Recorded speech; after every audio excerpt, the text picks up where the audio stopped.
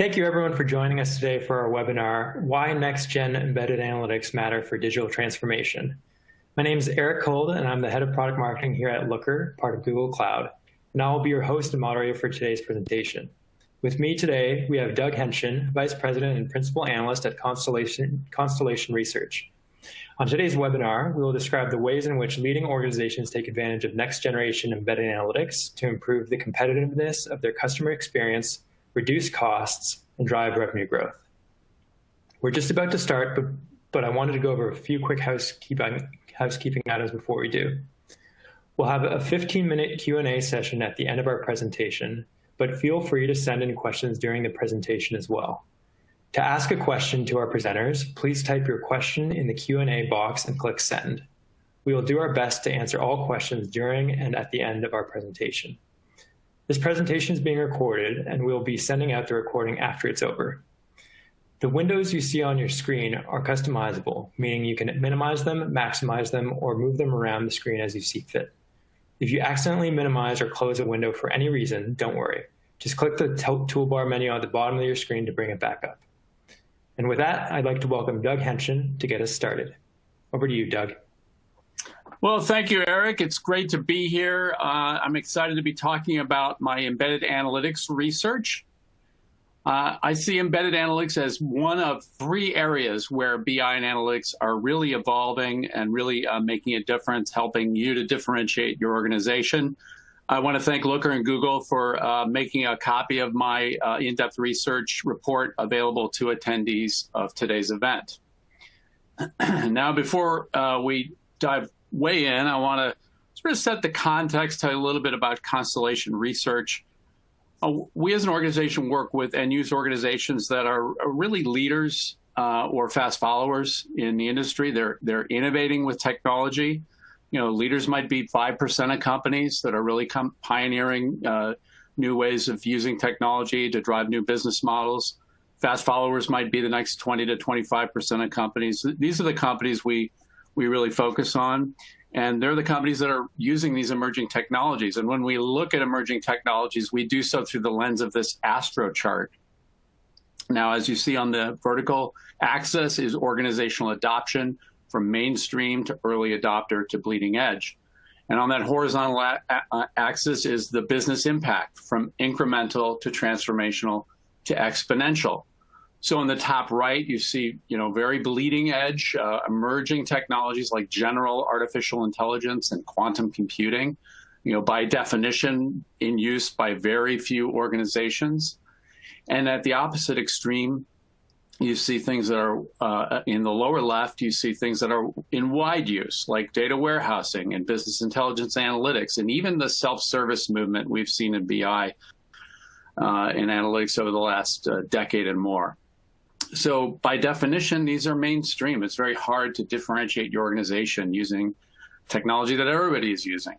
So we really kind of focus on our research on these top four quadrants where we see these emerging technologies like prescriptive analytics and machine learning, augmented analytics, insight services, and the topic of today's discussion, embedded analytics. Now, as I just noted, BI and analytics have been around a long time. Even the self-service movement is well into its second decade. But there are three areas where I see a lot of development and evolution in BI and analytics. And, it starts with cloud. The big movement here has been cloud. So the BI and analytics have to follow the data. We need in the cloud, but we need, a multi-cloud capability. We need some flexibility for hybrid deployment. We're seeing a lot of development in the use of containers for workload portability, bring the analytics to where the data lives.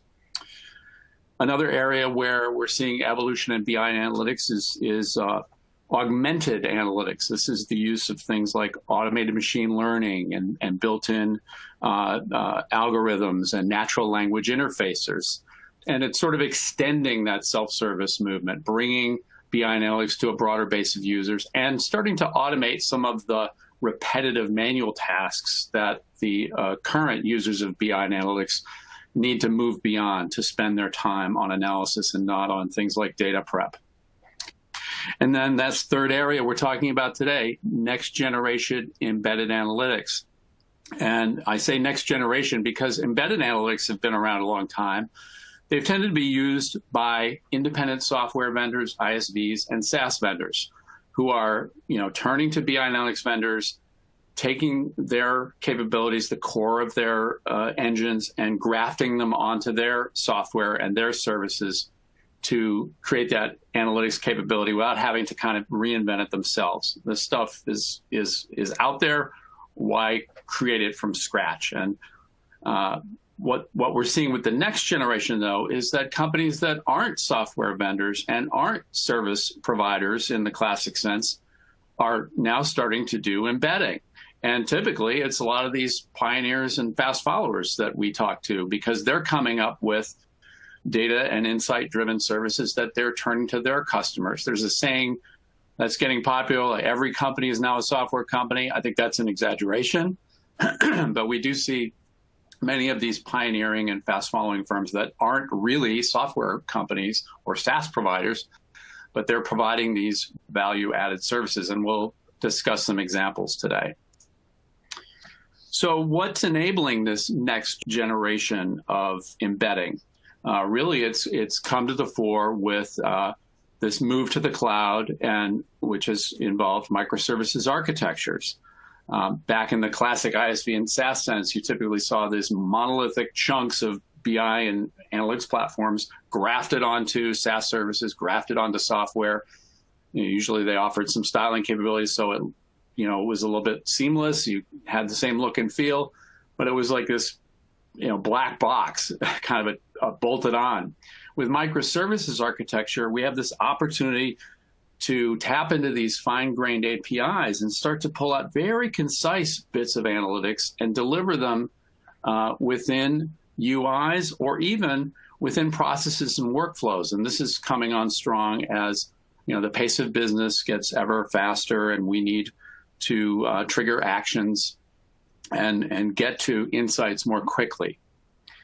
And we'll talk about some of these examples here. So just to review, there have sort of been 5 levels and 5 techniques that are pretty common when it comes to embedding. And the ones, as you go right, you get to more sophisticated, you get to newer and more emerging capabilities. So starting from the left, you see simple web embedding. This is taking a simple iframe, embedding a little chartlet or a report or a stat or KPI within a web page or a web-based application. Very common, very simple.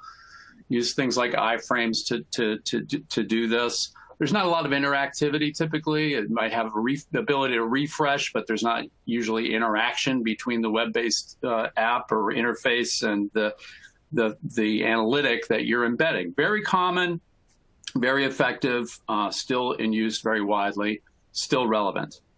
The next example is custom portals.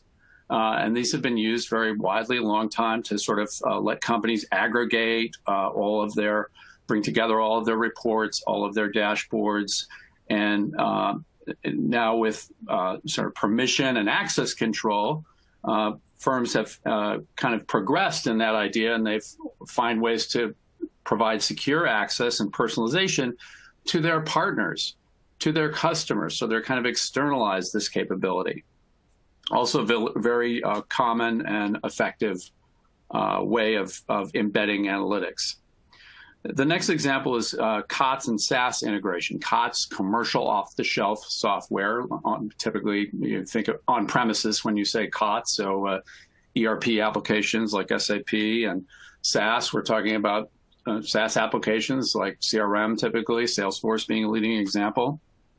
And here the idea, what we've seen is integrations, partnerships between BI analytics vendors and these vendors, whereby they create these pre-built integrations. And one of the reasons for this is, there's probably popular user interfaces and interaction points, decision points within those applications. And they want to avoid that, what I call swivel chair integration, where you're trying to make a decision, but you need the insight from the BI analytics platform, and you want to avoid having to go off and navigate to a separate analytical interface, aka a report or a dashboard. and do that analysis. The idea with concise embedding is to expose just the right information at that decision point to help accelerate that decision and to drive action. So these COTS and SAS integrations exist at, again, very popular UI interaction points, and there might even be interactivity between the two. So if you're making some sort of selection or changing the customer or something within the app, you see a new analytical information. The next stage that we're getting to today, and is really being exploited by these companies that aren't necessarily SaaS and ISV customers, is in-context analytics. Now here we're starting to talk about, well, I don't just need it in this pre-built place. I want to put it here, and I want to put it there within this SAP or Salesforce app, or I have a custom application or bespoke application exclusive to us, and I want to use those APIs, REST endpoints, granular insights, and embed that in various decision points. Again, avoiding that armchair integration and toggling between transactional and analytical environments. Now that fifth box on the far right is where we're starting to see these emerging capabilities. Low code, no code is a way of building sort of applications, workflow, event triggers, automation. These are all really hot areas, a lot of interest in automation these days. So we want to use analytics to trigger automation. So it could be alerts or thresholds, could be more sophisticated predictive models where we're triggering action.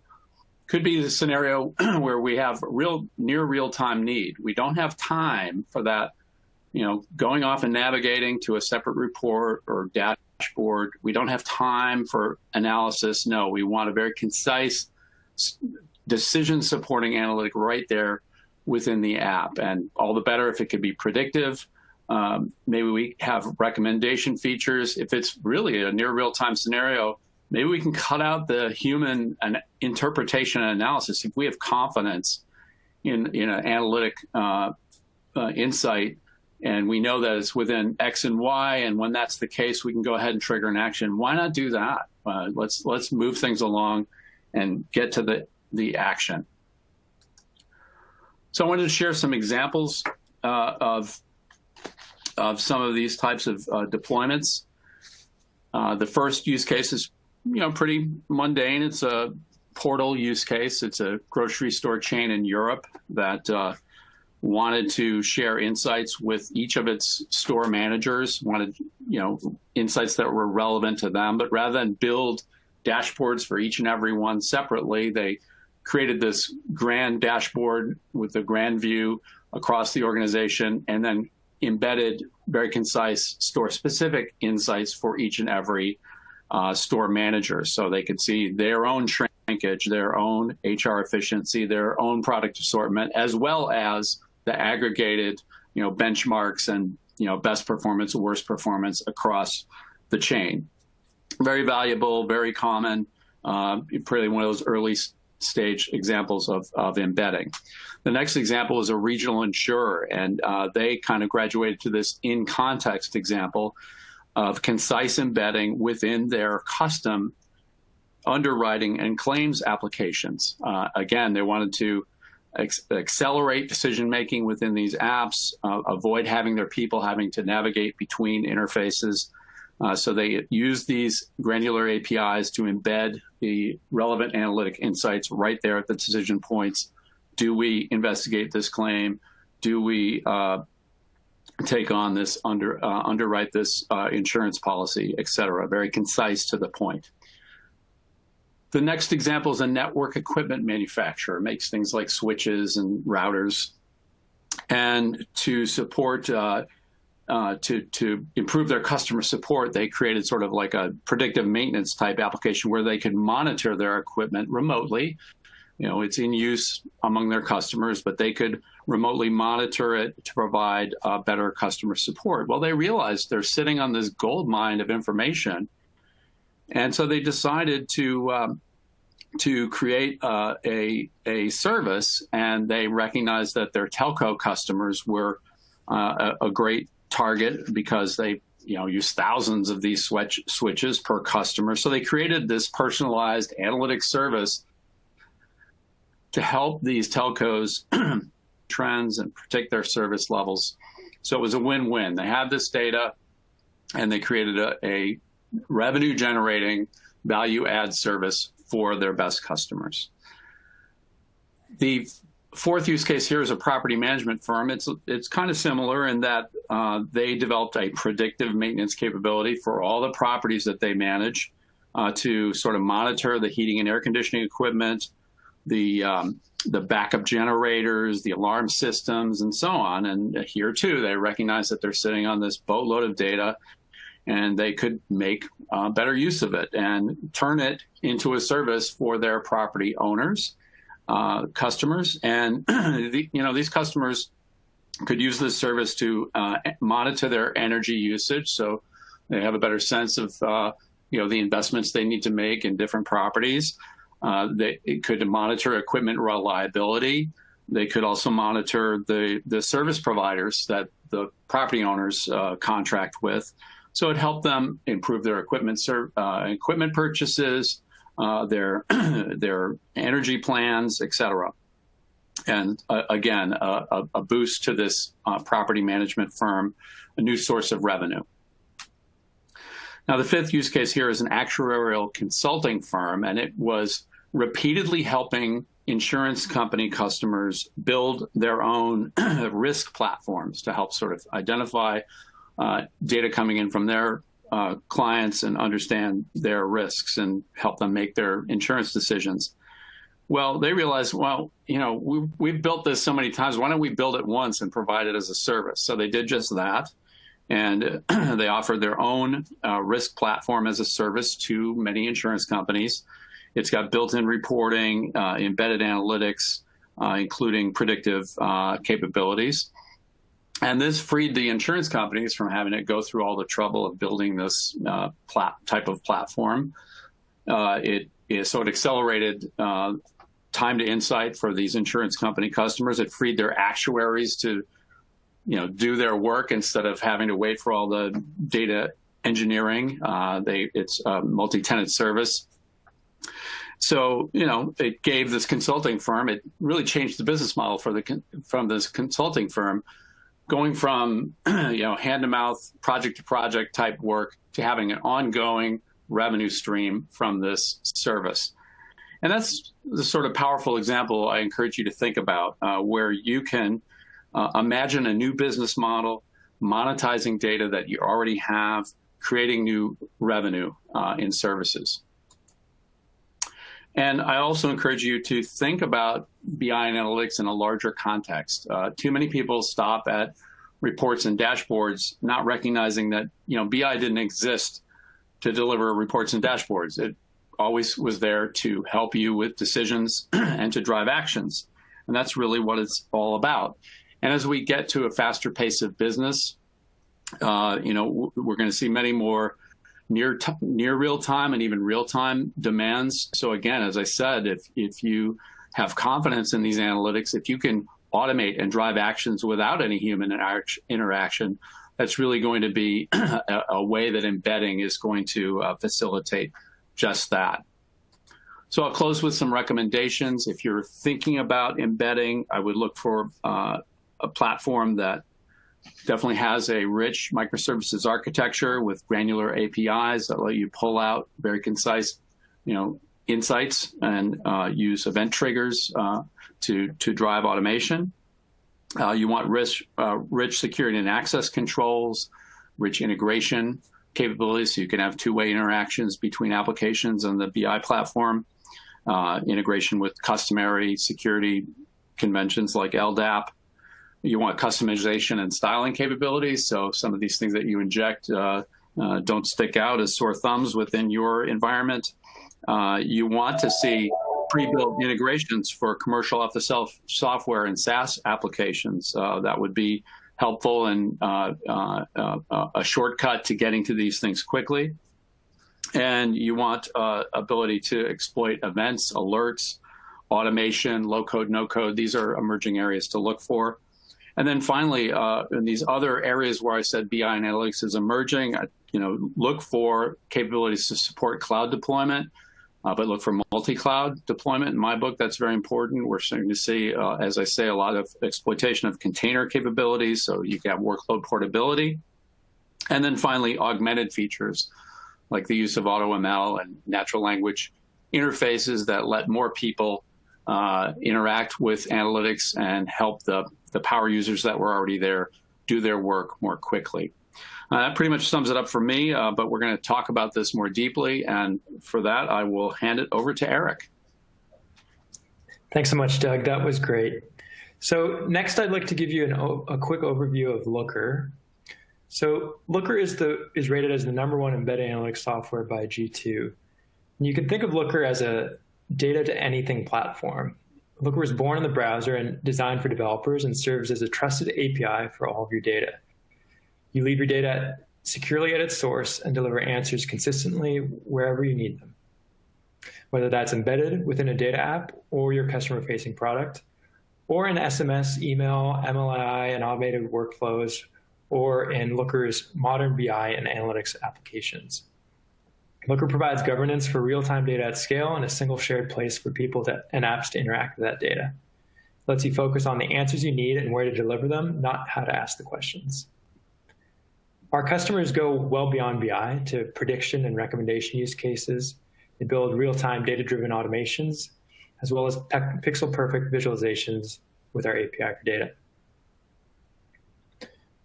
And these use cases can look and feel nothing like a traditional dashboard or report, so that non-technical users can explore the data intuitively and as they'd expect from a modern app experience, as you can see in this example right here. Looker works well across any device, and you get consistent live metrics across your ecosystem of apps, plus complete control of your data and how users experience it. As the technology landscape evolves, you also maintain choice in how to adapt your tech stack and app environment. So in this next phase, I'd like to open up a Q&A with Doug. This is an overview of the 5 subjects that we're going to be talking about today. And I won't read them out right now, as we're going to go through them one at a time individually. And without further ado, I'll just jump right into it. So Doug, we have a discussion topic here that I'd love to get your thoughts on. Can you talk a little bit more about the opportunities that organizations have to create new revenue streams with embedded analytics? Well, this is really the highest calling for embedding. And I think the first thing to do is to really look at your existing data and ways that you could turn it outward and realize value among your partners, among your customers. That was really the key to the network equipment manufacturer that provided the service for the telco customers, the property management firm that created the service for property owners.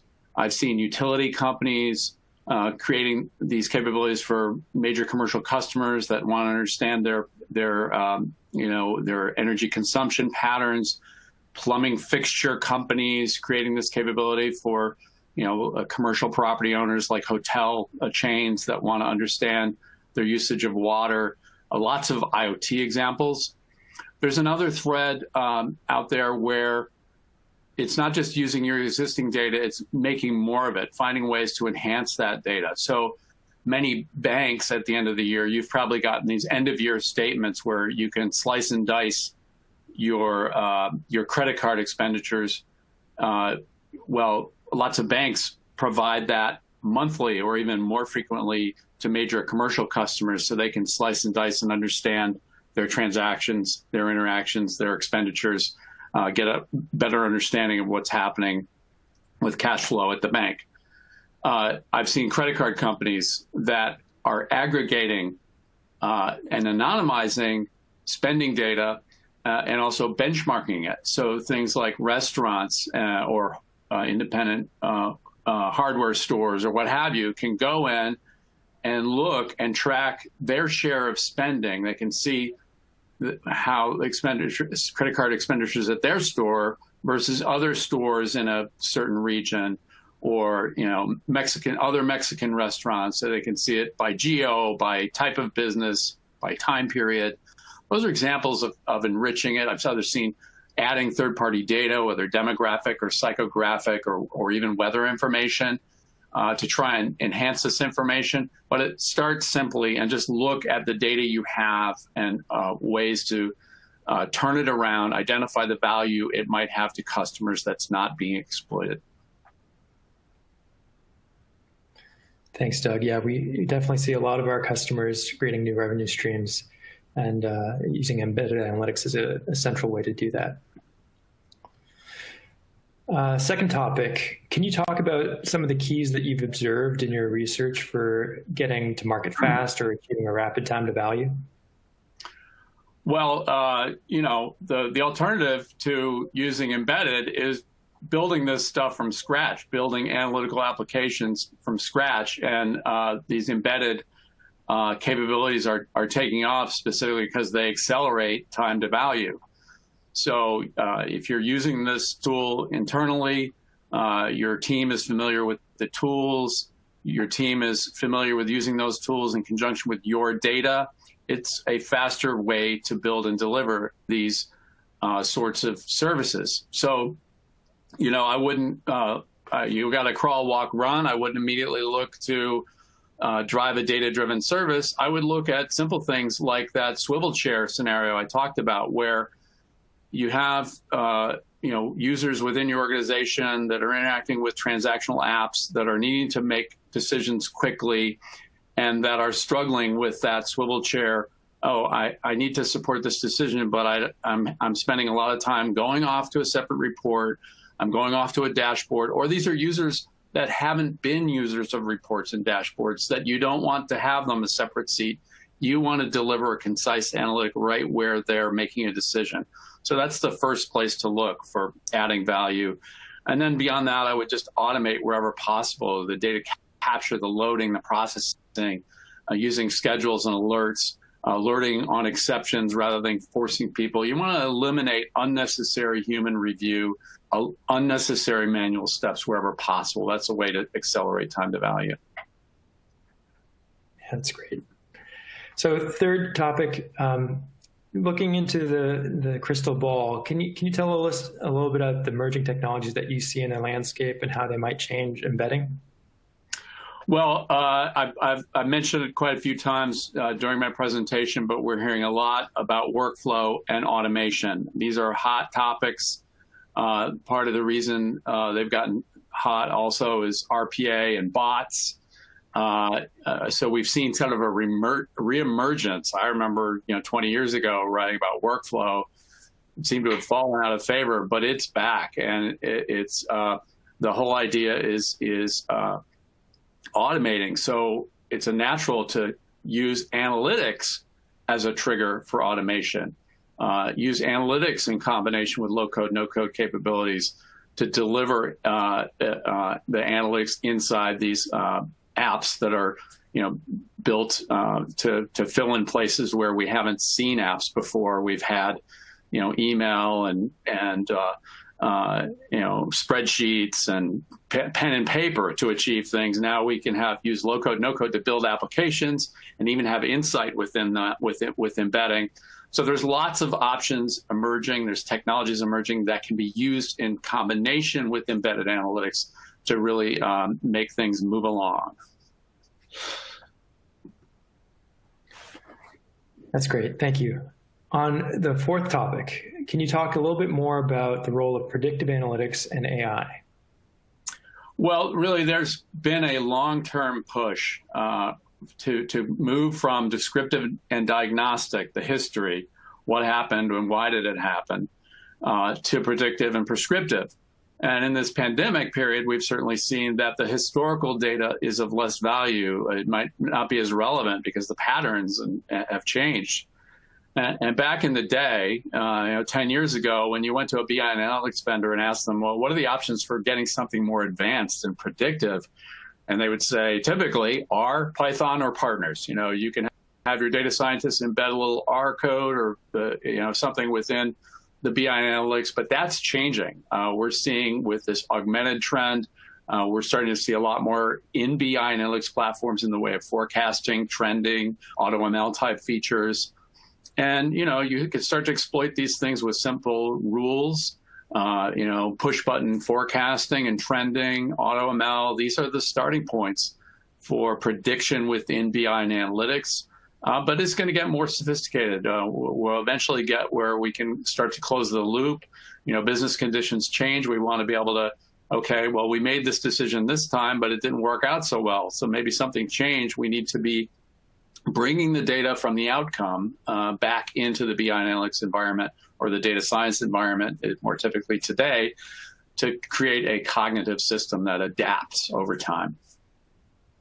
Yeah, this notion of intelligent data apps is one that we're seeing some customers build some very innovative and creative solutions to some of their internal and external problems, whether that's streamlining a workflow to improve ad spend ROI, or is it a delightful experience to surprise a customer? We've seen all sorts, and it's definitely where all the excitement is, I think. Yeah. One last topic before we open up to live Q&A. This one's a little bit more tactical, nuts and bolts, how to get started. What is the importance of stakeholder and executive support in an initiative around embedded analytics? And can you talk a bit about how those get started and some of the steps that people should keep in mind? Well, as I stated earlier, I think you start with problems that you already have. You don't shoot for the moon first. You find ways in which you can increase productivity. It's always important to gain, cross-functional a team involvement. I've written so many case studies over the years about the most successful data-driven organizations, and what unites most of them is that they have an analytics center of excellence or some sort of structure like that. I've done case studies on Shell, on Ford, on Dow Chemical, EJ, Gallo, Pfizer, Facebook, a long list of companies that have some form of center of excellence. The cross-functional team, it's not just the BI and analytics people, build it and they will come. No, they've got the data engineers, the developers, but most importantly, they've got business unit leaders, they've got business executives, and they're getting buy-in. Now, these structures, these centers of excellence, are most often built and led by chief data officers, chief analytics officers. I would highly encourage you to get some form of cross-functional team that it creates a sort of institutional memory. What have we done that has worked and what hasn't worked? So this across the organization. It's not just like, there's no knowledge of what different teams have done with the same data. The whole idea is sharing best practices and making success repeatable. Absolutely. And we see that oftentimes the product leaders can also take a strong leadership role in product managing the effort, whether that's for internal or external use cases. So I'd like to open up to live Q&A, and we'll turn it over to Vong, who has the questions.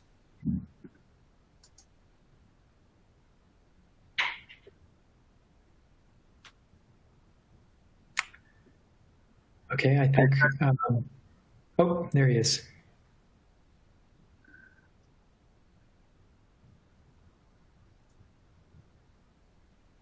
I think Vong is just saying, let's go ahead and read these questions. Okay, sounds Eric. good. I'll go for it. First question. So you spoke about data-driven services and data monetization. Can you talk a bit about privacy and data ownership concerns? Well, there definitely are. This is one of these areas where if you haven't experience with this, it's probably not the place to start right off with the data-driven services. You have to have safeguards for PII, personally identifiable information, data permissions, opt-ins, data ownership. These are really important. So as you progress from the simple embedded examples, delivering insight at the point of decision, to data-driven or insight services exposed externally, you definitely want to be careful. You definitely want to have in your embedded analytics platform, column, and row security, permissioning, governance, metadata management products, data catalogs often help with these sorts of controls. If you don't have experience with this sort of thing, I would highly encourage you to get with consultants or systems integrators who have been monetizing data. And again, this is the highest form of embedding and data monetization you can talk about. So it's really like, that's not the 101 course. That's 303 we're talking about here. So once you're at that stage, you're going to have a lot more experience. But still, you'd want to get with an SI, Accenture, Capgemini, Infosys, Wipro. They help a lot of companies take advantage of the value of their data like that. Great. Thanks, Doug. Another question. What are the opportunities for learning more about embedded approaches and data-driven workflows? Well, you can start by reading my report, and that's going to be made available to attendees of today's event. I would also say that if you have this internal center of excellence, hopefully, if you're the leader of that and you haven't had experience with that, then you got to turn to your vendors, your embedded vendors. Every one of them that does this usually has case studies, training, community information, reference customers. You know, I got a lot of those case study examples from companies I've talked to who have done embedding. I've seen them made available by various vendors with the customers they have that have pioneered embedding at their firms. So draw on these community resources and build a institutional memory and knowledge of how you do this internally, and it'll pay off and be something that you can repeat. Great.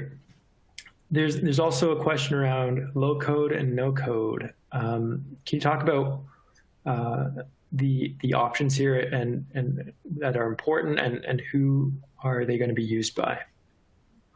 Sure.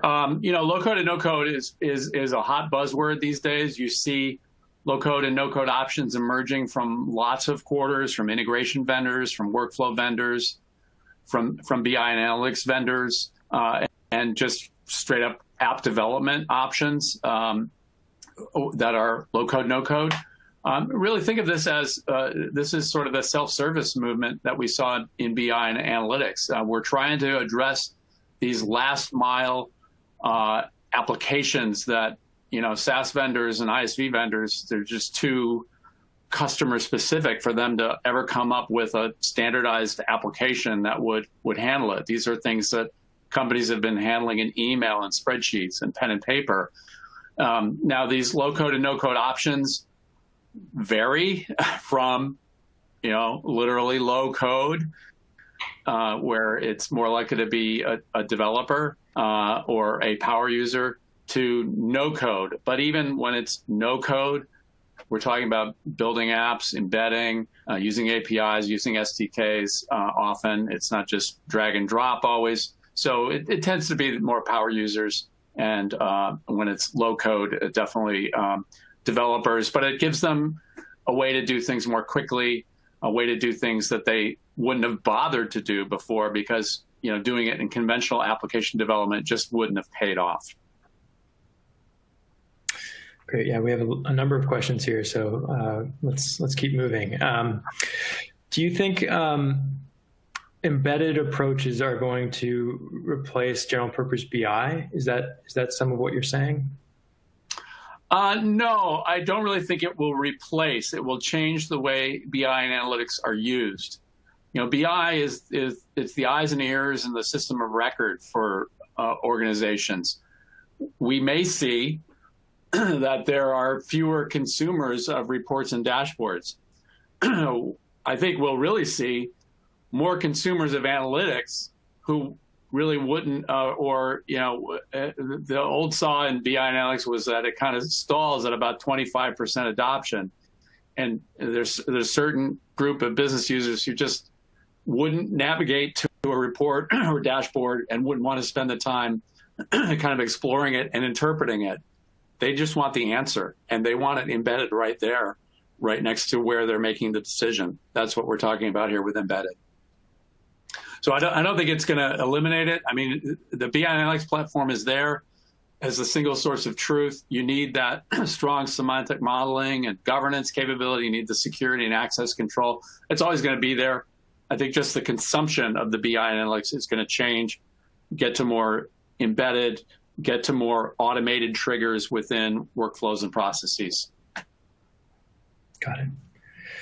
So for an internal analytics team where the customer is product or marketing, how do you think through prioritizing building embedded analytics apps over the day-to-day demands of delivering insights to stakeholders? In other words, how do you sell it internally? Well, I think you start with pain points. I don't think you start with problems. If dashboards and reports are serving people well, then that's great. Just keep going with that. I think you have to think about this where people are, and I happen to have a sister-in-law who's in advertising, and she kind of chokes at using dashboards. She tends to take data right into Excel and do things herself. There's a certain set of business users who they haven't been the prominent consumers of BI and analytics. I think what we're talking about reaching to more business users in the context of their work. So I would find the pain points within that marketing department where they're not making data-driven decisions, yet you have the data available. And is the problem that they've been balking at, waiting for a dashboard or going off to a separate environment to consume a dashboard?